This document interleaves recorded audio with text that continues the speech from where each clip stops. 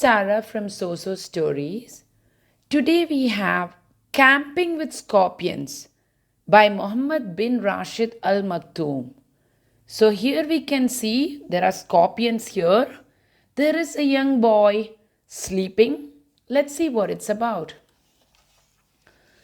As a young boy, I dreamed about mastering the skills of the desert. I asked my father, when can I learn to hunt?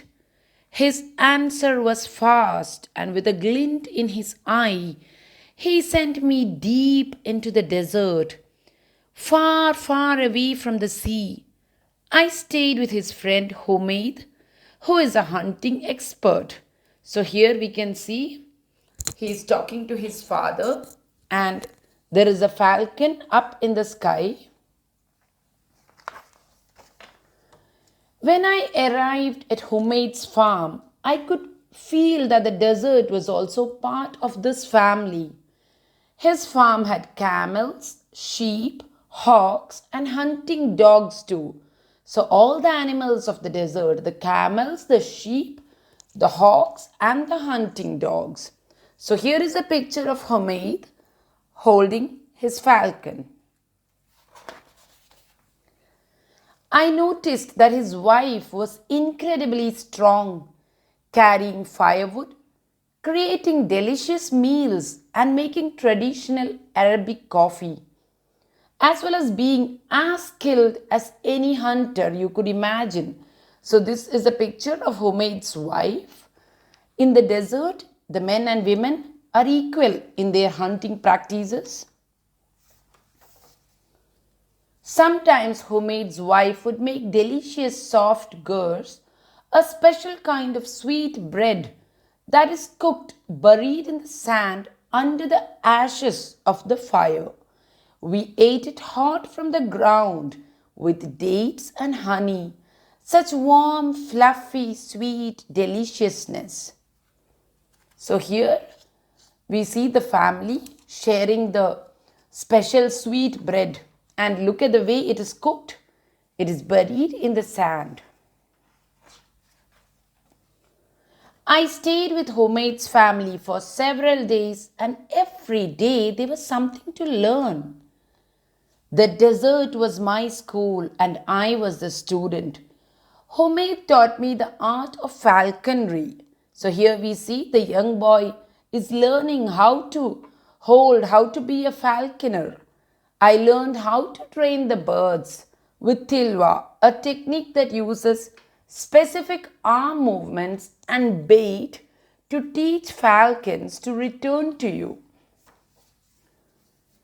I also learned how to care for these amazing creatures and keep them safe by holding them up high on my arm. He grew to love the falcon and to take care of it. I studied other desert animals as well, closely watching their movements.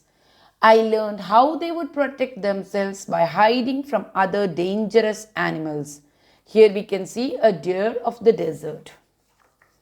One night we heard a lot of noise from where the sheep were resting.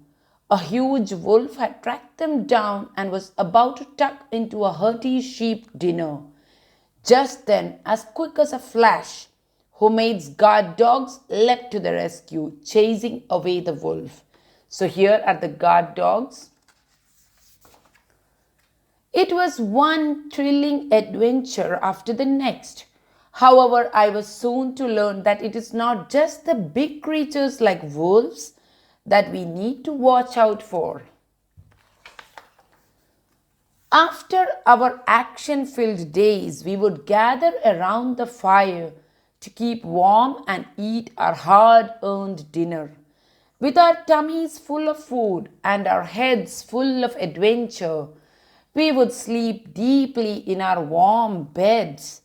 You can see how the family gathered around the fire in the night. Well, everyone but me. Why is that? In the night, I was woken by a searing pain. Ouch! It was a scorpion sting. Humaid gave me herbal remedies to help with the pain. But this happened more than once. It seems the scorpions were also looking for a warm place in the cool night. But of all the warm beds to crawl into, why were they only bothering me? It seems I was not checking my bed covers for bugs before bed. This is an important desert lesson that I learned the hard way.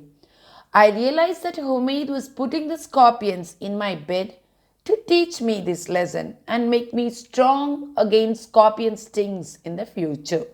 So you see, the little boy now learned that every day in the desert he must check his bed. When I got home, I told my father about how Humaid made me sleep with the scorpions. He laughed with the same glint in his eye. I knew Humaid would teach you everything about the desert.